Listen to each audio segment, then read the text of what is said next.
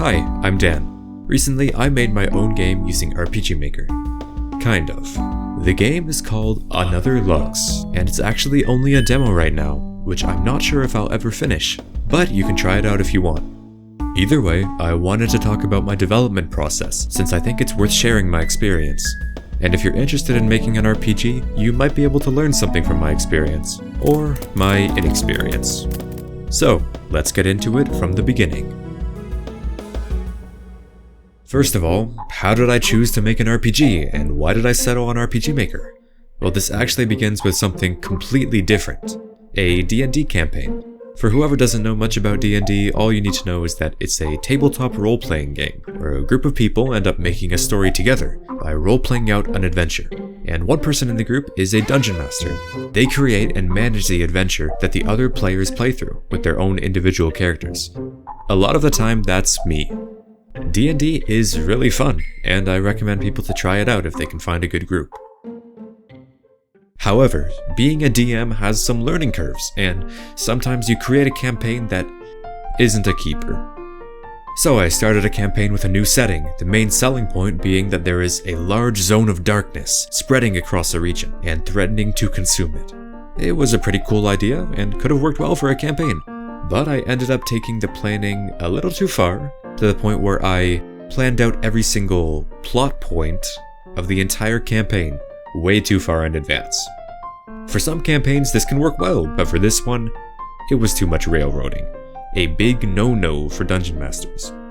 After the first session, I ended up feeling bad for not considering the player characters strongly enough, and I ended up canceling that campaign right there. But that setting, those themes, and that story structure I made really stuck with me, and they wouldn't leave my head. One of my friends who was playing in that campaign was actually writing some books about previous campaigns that I hosted. With his recommendation, I decided that maybe I should give writing a try too, so that I could give that story a better medium than a D&D campaign. So I booted up good old Google Docs and wrote over 150 pages of glorious writing. But I did end up stopping not too far into my big story plan.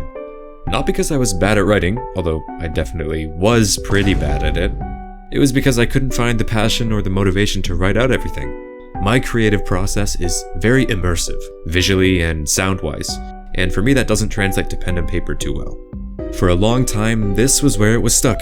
I'd written plans and replayed them in my mind, but I couldn't find a way to share them, to get that story I envisioned into a concrete form for people to see. When you create an elaborate story in your head, you just really want to get it out there. Finally, I resorted to an old friend of mine, rpgmaker MV, a simple game engine geared towards top-down role-playing video games with a lot of built-in features that let you get straight into game making without extensive coding. I dabbled a bit in rpgmaker when I was a kid, never making an actual game that was longer than 10 minutes, but at least gaining some experience with using it. Either way, I wanted a fun and interesting, but also efficient way to tell my story, and this combination led me to choosing to stick with rpgmaker and to see what I could do with it. First things first, I'm not a big fan of the default rpgmaker art style. I looked for other assets and found a great one that's pretty popular called Time Fantasy. I already had some experience with editing graphics and used that to make a bit more of a unique style for the game, but I'll get into more detail about the art later. So, with some edits and some new sprites being created, I was ready to start putting some dungeons together. I already had the story in mind, so I could quickly plan out what kind of areas would exist, and I quickly got to making those in the engine. The story plan was mostly unchanged from my previous plans, except for tying in more gameplay mechanics into the story's different paths.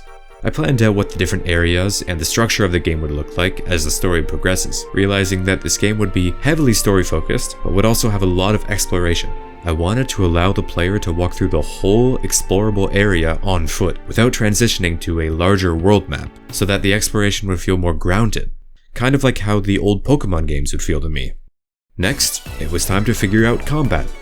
I'm a bit mixed on turn-based combat. Some games do it really well, but personally for a game I create, I love to have some sort of action component. The idea of being able to avoid damage just from having good skill and timing has always been appealing to me.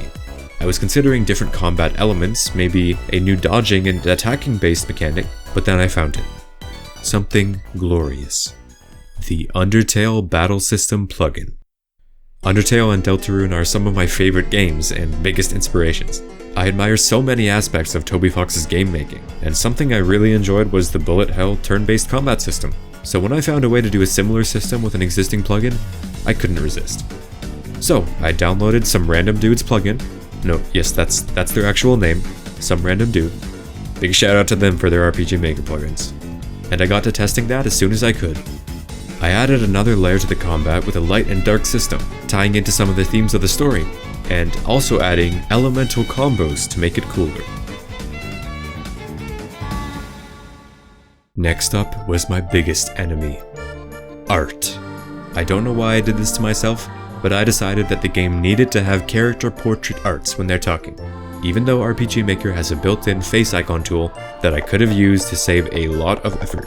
So the thing is, I'm not very good at art, and that was especially true when I started working on this thing. Should I have just commissioned someone for art? Maybe, but I was determined for this to be a solo project. And the budget was close to zero because I wasn't sure if I was ever going to finish the game. But I'll be damned if I couldn't create art of the characters I envisioned.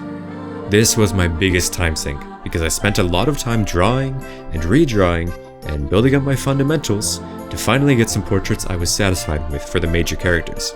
And even then, with the way they are now, I would redo them if I was given the chance. At least the pixel art aspect covered up some imperfections. I'm pretty happy with how they came out. Just ignore the fact that they all have only one pose. Another important aspect of the game was music, and rpgmaker already has a nice collection of music to use in your projects, but some of those do get repetitive.